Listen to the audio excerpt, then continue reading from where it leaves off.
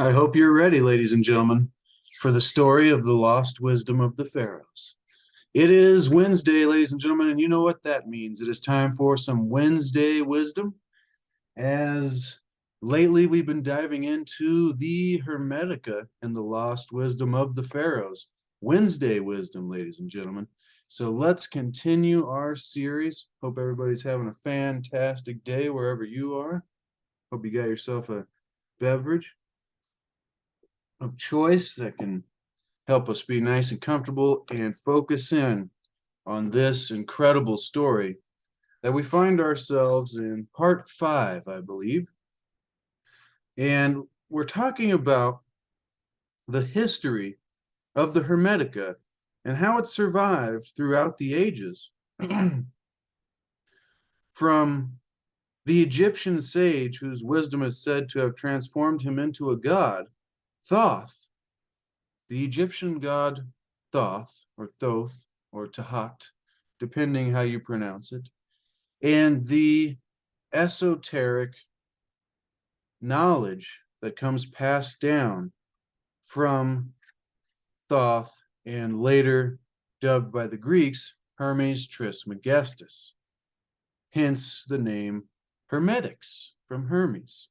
And this today, ladies and gentlemen, what we've been reading from is the Hermetica The Lost Wisdom of the Pharaohs from Timothy Freke and Peter Gandy. It's a Tarsher Cornerstone edition.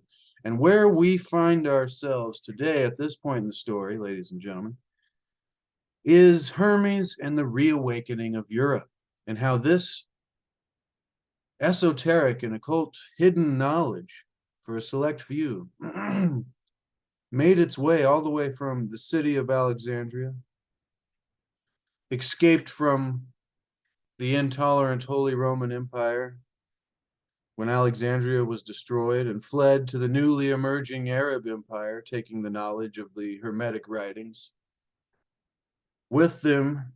And 200 years later, the Muslims created an empire whose learning and scientific achievements were unsurpassed.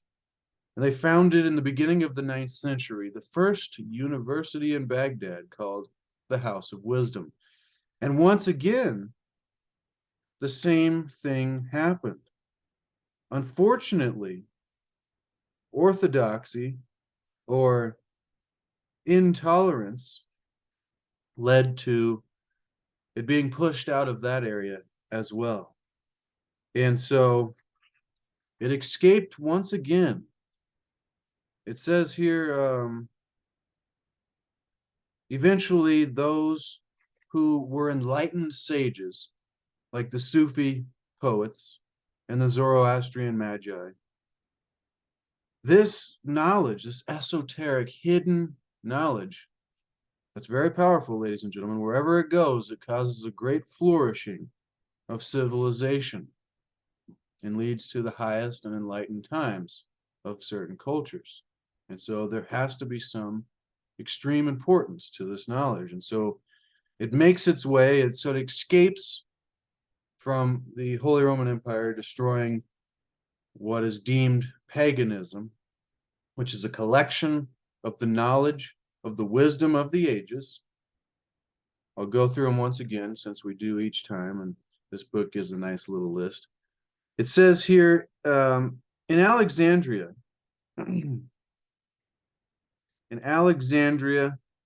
poured men. They called it the universal city, Greek Cosmopolis. And so Greeks, Jews, Egyptians, Babylonians, Phoenicians, and even Buddhists from India, and probably many more, ladies and gentlemen, all had their own different versions of spirituality and mysticism and what's known as the mystery schools, or I like to dub them the mystery sciences. Mystical sciences, ladies and gentlemen. In other words, esoteric knowledge. And so you can imagine that at the collection of all of these different people and their different wisdom traditions, Pythagorism and Chaldean oracles, the Greek myths, and Platonic and Stoic philosophy. Stoicism in itself is very deep, ladies and gentlemen. Each of these have like a cosmology or a theory on how the universe is formed and what God is and how that works and how we connect with that and how we were created and, you know, our higher selves or our spirits or souls and the workings of those kind of things.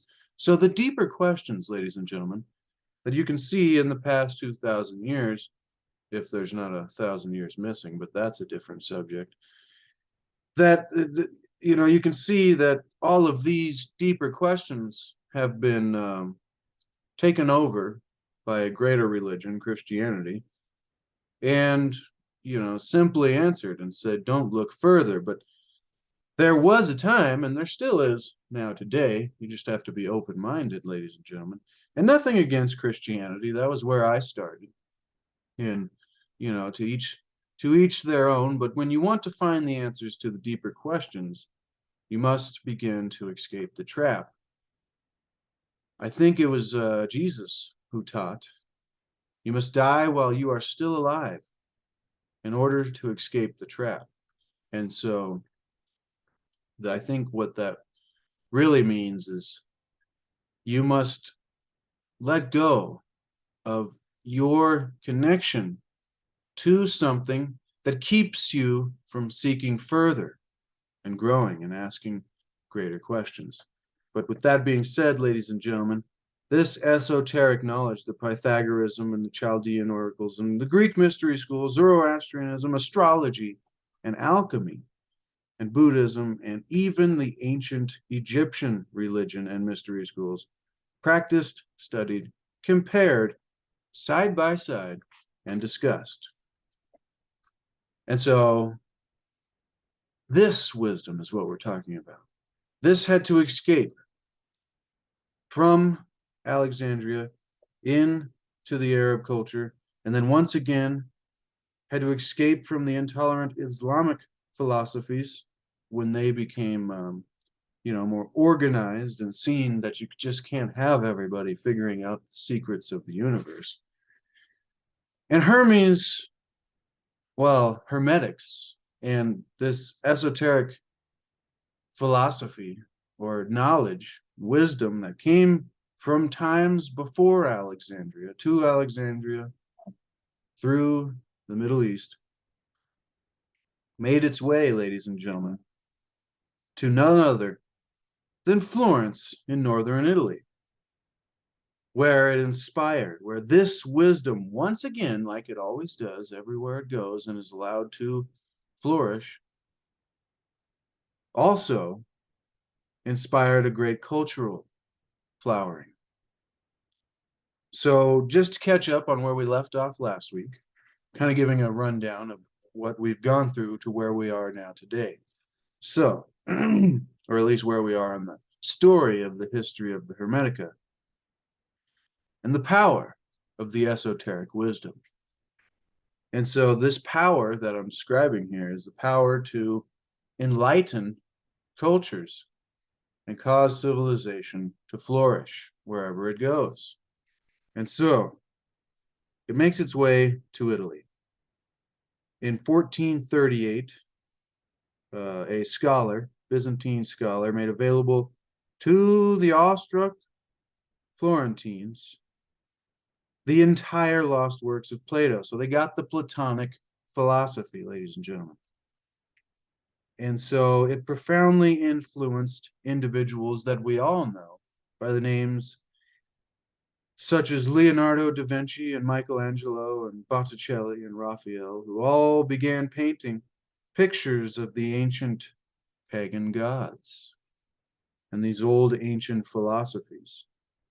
Botticelli's Venus and Mars, for example. So it had, this is actually fascinating here. Botticelli's Venus and Mars, for example, was painted at a precise astrological moment. So using the wisdom of the ages and astrology and an understanding of the meanings of the gods or the planets or however it is, you know, there's a lot to learn here, ladies and gentlemen. So if all you think is that there's just one God, then let's start asking more questions, because it's okay to hold two opposing opinions in your mind at the same time. That's actually a sign of wisdom. for you to be able to hold two opposing opinions, equally at the same time, and not get confused. I don't know. There's some people that if they think one thing, they just can't allow the other thing to even be possible. And I'm one of those people that loves possibilities, ladies and gentlemen, and opportunities. So let's dive into some very fascinating possibilities and opportunities. And so Cosimo, in 1460, he sent out agents to look for these more lost, quote unquote, pagan works that still might be awaiting discovery, that have been hidden by these intolerant Orthodox religions, because they didn't want people getting their hands on this knowledge in a large fashion, because then they would have no control over them. And I mean, if everybody, you don't want to give a lightsaber to an infant, might be a dangerous thing. So, I mean, there's two sides to everything, ladies and gentlemen. So that you don't want to give the highest versions of this knowledge to everybody, but the simpler basic principles that give an understanding of reality, I think, are necessary, and we could reach higher points. So through the story, ladies and gentlemen, without rambling anymore, we make it to Florence, and they discover the lost works of Plato and create a new Platonic academy studying Platonic philosophy. And this influenced great people in Florence. And so then Cosimo sends out people looking for more of these works. And in 1460, they came across the work of thrice great Hermes. And so they brought them back, and the Florentines, already reeling from the discovery that an ancient civilization of immense sophistication. See, we're always told that, we've never been as smart as we are now. And the further you go back in time, the stupider we get. It's like, I can't believe I just accepted that theory blindly when I was a young student. Like, there's simple questions that you just, once you open your mind and start to ask questions and question answers, more importantly, question the answers and ask more questions. And it's like, I can't believe I just thought that, like, yeah, even though everything you see about, ancient Egyptian or ancient Greek history or many other places around the world, like, oh yeah, we were just, we were only on our way to being where we are now. And the more I think about it, I'm like, I don't know. They had some pretty awesome knowledge and ability and understanding of how to do things. Maybe we're a bit more civilized nowadays, but even that's open for debate. But so this idea, ladies and gentlemen, that the discovery for these Florentines, that an ancient civilization for them, so these Florentines are, 1460, that's a long time ago for us right now, ladies and gentlemen, but they're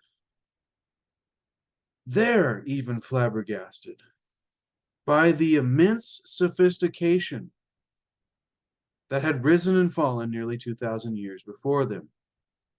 And they now believed, these Florentines, they had their hands on the world's most ancient sage of them all, and the words of that sage, Hermes Trismegistus, thrice greatest Hermes, or Thoth. And so Cosimo ordered his young Greek scholar, Marsilio Ficinio, to cease his work on translating Plato and begin immediately on this new Egyptian text. And he had it in time to read for Cosimo just before his death, which is sad. A lot of these things take a long time, and I said this last week. So now we're getting to where we left off, ladies and gentlemen. It's important to go over this, to really ingrain it into our mind, an understanding of how this wisdom, I think this is what's most fascinating for me, because the wisdom itself and the knowledge is a separate thing from the story of how the wisdom has survived and made it and its impact and power wherever it goes throughout history. We now find ourselves in the emergence of a glorious new culture in Florence, signaling the end of the Dark Ages. We call this period, ladies and gentlemen, the Renaissance or the Renaissance, meaning rebirth, which is a fitting name. This is all coming from the book here. Once again, from Timothy Freke and Peter Gandy, the Hermetica. I'll have this linked in the description below so you can get yourself a copy. And so we call this period the Renaissance, meaning rebirth, which is a fitting name, because think about how this wisdom, this knowledge, is squashed down or destroyed, and then it takes some time, and then it is reborn again in a different area. Or just like the cycles of the sun and, the seasons and each of these things. We have a time of the death of the sun and the rebirth of the sun, and these are symbolism things used in wisdom traditions. Even the most common of religions have this symbolism of the death and the rebirth. But anyways, ladies and gentlemen, so see that it's all connected. This is important to realize. If you're on this journey with me, then you are discovering that there's so many different layers of reality, including, it's like the micro and the macro. It's like down to the smallest level of things and systems, so like one day, up to a month or a lunar cycle, and up to the years and seasons, and up to great years and cosmic clocks, and all of this stuff is connected. And so remember that, ladies and gentlemen. So here we go. So the Renaissance, the rebirth, which is a fitting name, meaning rebirth, because for the heart of Hermetic philosophy, which we will get to, we're stuck in the history of Hermetics, which is fascinating for me. So I hope you're getting value. If you are, consider subscribing. But the heart of this Hermetic philosophy is the idea of being spiritually reborn, a spiritual rebirth, ladies and gentlemen. And so the ancient pagan wisdom arrived in Florence at a fortuitous moment in history, Timothy Freke and Peter Gandy say. They continue by saying within a few years, so this is where we didn't get to last week, within a few years of this, they keep calling it pagan wisdom, but the wisdom of the ages, ladies and gentlemen, this esoteric knowledge, within a few years of the first printing presses arriving. So this wisdom arrived in Florence within a few years of the first printing presses arrived in Italy, and the pagan wisdom was printed, the esoteric, the great wisdom, ladies and gentlemen. See that pagan word? See how they propagandized us? They're like, yes, this is what that means. Like whenever anybody says the word demons, even if you're not Christian, we've been so propagandized by whoever they are. We don't need to get into that. But they've just got it ingrained into our heads that certain words mean certain things that invoke certain feelings that you don't want to go further and learn more. And so words like pagan and occult and, things like that, it's like, I don't know. It's crazy. Like I have a friend who's not Christian, but he takes those exact same connotations from the words pagan and occult that any common Christian would. I think myself, being a Christian as a child, I mean, sure, I still have my base, but that is what led as a springboard to get to the next level, ladies and gentlemen, because you can let go of certain, you can unlock the door, so to speak, but all right, that's different, ladies and gentlemen. I was getting philosophical there. This is the history of the Hermetica. And so it just caused the Renaissance. It shows up with Platonic works, and then they find the works of Hermes. And then all of a sudden, see, this is how it's like a cosmic cycle. It's worked out perfect. And then the printing presses show up. And, you know, everybody's reeling from this ancient, amazing wisdom. And so it was printed and dispersed throughout Europe. It's amazing, ladies and gentlemen. Printed and dispersed throughout Europe from Italy. So students of the quote unquote new learning, that's interesting. I hadn't heard that. The new learning, as the Florentine experiment became known. So historians apparently called this this Florentine experiment. See how they just like underplay it. They're like, oh yeah, this great knowledge, the wisdom of ancient sages, 2,000 years. They're just like, yeah, this Florentine experiment. It's like this knowledge was obviously being widely spread and studied and discussed and was causing somehow a renaissance, ladies and gentlemen. That's the most interesting thing. How does it cause? What is it about this pagan wisdom or this esoteric or this great, new knowledge, which is really old, actually? So once again, they do an opposite thing to where it's like, oh, this really old knowledge is a new learning, something these guys are just making up now. Anyways, this new learning, which also relates to the rebirth, as the Florentine experiment became known, were sent out, so students of this new esoteric tradition, this new Platonic and Hermetic academy.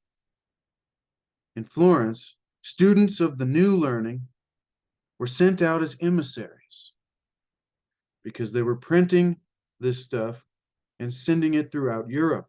So they had to send out, people who were at least had studied it for a short time and had some kind of knowledge. I don't know, there had to be those in all areas that still had ties to the old world or the old knowledge. But that's different in itself. We're just continuing here with what the book says. Within a few years, pagan wisdom was printed and dispersed throughout Europe. Students of the new learning were sent out as emissaries, beginning new movements wherever they went. And see, that speaks to me also. Like, there's an idea that the truth resonates with people. And it's not so hard to convince people unless they're firmly rooted against it already without knowing it. But the truth resonates. So when it will be easy to convince many people with something that truly resonates. And that's what it sounds like, exactly what happened. They began new movements wherever they went. People were willing to listen and learn of the wisdom of the ages, the secrets of the universe, ladies and gentlemen. And so these emissaries went out and began new movements throughout Europe of this quote unquote pagan tradition, this wisdom tradition of the ages. Wednesday wisdom, ladies and gentlemen. Hope you're getting value.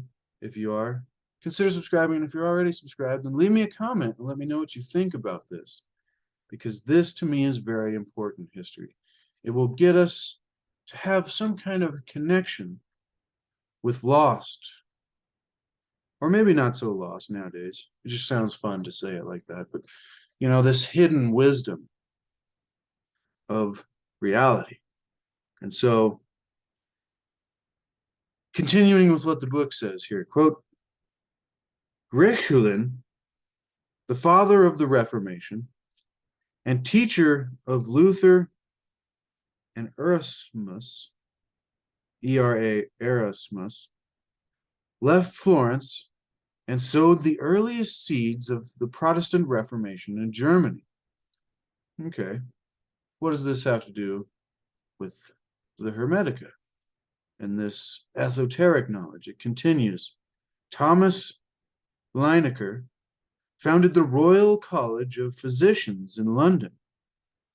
The mathematician Nicholas of Cusa, the physician Paracelsus, the architect Brunelleschi, forgive my pronunciation, and the astronomer Toscanelli, whose famous map inspired Christopher Columbus, all owed their inspiration to the Florentine reawakening of the spirit of ancient paganism, of ancient wisdom traditions of all kinds. So in other words, anytime you hear that word pagan or paganism, it's like all the mystical or all the spiritual or philosophical wisdom traditions that came before one religion trying to squash everybody down and say, we have the answer. And so they reawakened the spirit of ancient wisdom of the world. And even people that may have not been of the best accord, the more or less you know about history, but even those great, quote unquote, great successful individuals, despite their intentions or affiliations, were inspired by this knowledge. And so it's important to take note that the greatest or most successful individuals are also inspired by this esoteric wisdom of Hermetics and Platonics and all of the others, ladies and gentlemen. It seems to me here in the Renaissance or the Renaissance that it was Hermetic and Platonic philosophy that primarily survived. And so this reawakening of the spirit of this ancient esoteric wisdom, Copernicus, his momentous claim that the sun, not the earth, is at the center of the solar system was a choice, not a discovery. Wow, ladies and gentlemen, that's powerful. Because everybody's out here arguing about the shape of the earth nowadays, and it's really funny. I think it's part of a distraction. I'm not saying that either side's arguments aren't compelling theories. Remember, holding two opposing opinions at the same time and just exploring for more. But, it's might be distraction to keep us from really making a difference in the world and in our lives. But that's not to say that understanding, hidden things cannot make a difference in our lives, because that's what we're doing here. Knowing that this knowledge is powerful can make a difference in your life, knowing that knowledge is powerful. But that's simple. We all know that, right? But if it's common knowledge, then why isn't it common practice, ladies and gentlemen? That was a video I did many, many years ago. Probably 3, probably. But anyways, so that was fascinating. Back to what the book's saying here, quote, Copernicus's momentous claim that the sun, not the earth, is at the center of the solar system was a choice, not a discovery, made after studying Hermetic and Platonic philosophy at an Italian university. Italian, if you prefer that. But on the first page of On the Revolution of the Celestial Orbs, published 1543, Copernicus quotes the words of thrice great Hermes. Quote, the sun is the visible God. Ladies and gentlemen. See, this is every time we get a little bit of the wisdom of Hermes, you gotta stop and think for a sec. The sun, he says, is the visible God. And this is what Copernicus quotes on his 1543 on the revolution of celestial orbs, his work. And so, continuing with what the book says here, as in Alexandria 1,000 years earlier, ladies and gentlemen, the Renaissance viewed science, art, literature, and religion, or spirituality, mysticism, as parts of a united whole to be studied together. As parts of a united whole to be studied together, ladies and gentlemen. Let's say that one more time. So how did these Renaissances happen? How was it so enlightened and flourishing in Alexandria? And how was it so enlightened and flourishing for the short time in the newly emerging Arab Empire to lead to, the founding of the House of Wisdom in Baghdad, and then to the Renaissance in Florence. And ladies and gentlemen, here is a good example of how that does happen, how civilizations flourish wherever this pagan, quote unquote, this great wisdom of the ages, Wednesday wisdom, wherever it goes is because this wisdom, and at these times, science and art and literature and religion are viewed as parts of a united whole to be studied together. Religion, I think, meaning spirituality and all the mystery schools, the deeper questions.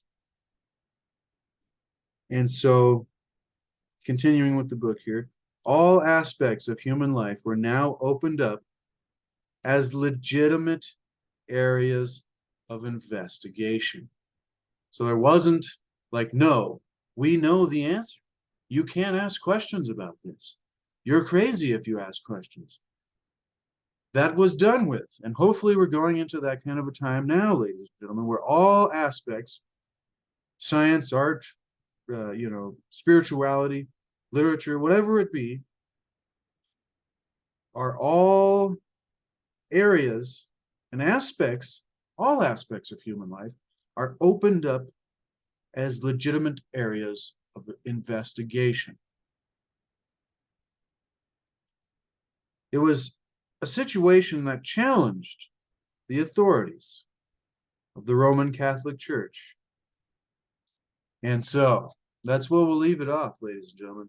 That's where we will leave off today's episode of the history of the Hermetica, because we're just about to come to the end of the Renaissance in Florence. But believe me, ladies and gentlemen, as we will find out, continuing with the history, that it was too late, that the printing presses had done their job, and the emissaries, those who traveled across Europe, sparking great new movements and great new centers of wisdom and knowledge, where the great minds, some of the great minds of our past, were inspired by the Platonic and Hermetic philosophies in Italian universities, ladies and gentlemen. And so, as in Alexandria, 1,000 years earlier, because of the study and the spread of this Hermetic, Platonic philosophies, the wisdom of the ages, the Renaissance began, and science and art and literature and religion were all discussed and studied together, just like all the mystery schools were in Alexandria, astrology, all of these things, ladies and gentlemen. And they were all opened up as legitimate areas of investigation, which is a situation, as we know, which challenged the authorities of the Roman Catholic Church or the greater religious institutions of whatever time it be. But this time, Hermetics not only escapes, but it survives. And it survives in a great way, ladies and gentlemen. And we'll leave that off for next time when we look at the unifying religion, which is an interesting subject itself. Thrice great Hermes, traveling extensively. So there became people that were evangelists of this new Egyptian religion of thrice great Hermes. Fascinating, ladies and gentlemen. I really hope you got value from that. I know I did. I could read over this. So this is probably my third time going through this history of the Hermetica here and how it has spawned some of the most enlightened, high-level times of civilization through our history, at least some of the most memorable of high-quality terms. I mean, what do you think of when you think of the library in the city of Alexandria? You think of great wisdom, great knowledge, you know, immense sophistication. And then what do you think of when you think of the Renaissance or the Renaissance? It's like this, the you know, some of the wisdom and the sophistication of literature and art is beyond a level we've yet to reach back to or get to again today. It makes you wonder, what had the influence on these times and these things? And we're discovering, ladies and gentlemen, that it's the ancient Hermetic and Platonic and esoteric wisdom traditions. And that's a boom to knowledge, ladies and gentlemen, a boom to Wednesday wisdom. I want to thank you so much for being here with me and Hermes, you know, thrice greatest thought, thrice greatest Hermes Trismegistus, easy for me to say, and Timothy Freke and Peter Gandy. I'll have this book linked in the description below. And remember, ladies and gentlemen, to seek to achieve and maintain happiness through enlightenment, through a greater awareness and a greater understanding of the reality we find ourselves in, and seek to discover the hidden wisdom of the ages. And also, ladies and gentlemen, there is no way to happiness. Happiness is the way. So what that means is we need to begin, if we want to experience happiness in our lives, instead of telling ourselves, oh, I'll be happy when I finally get there, we need to begin to bring it to life. Make it the activity that we practice bringing to life. And when we can create that ability and we bring it to life, then the entire journey is wonderful and that destination becomes irrelevant. All right. Love you, ladies and gentlemen. I look forward. Oh, yeah. Happy New Year to everybody. Hope you're having a good start to your year. I know we're going to have a good year of wisdom. Tuesday Tao, Wednesday Wisdom, and we've got a lot of stuff to just keep learning, ladies and gentlemen, because this is a never-ending journey, but it's fun, and you can never be bored when there's so much to learn.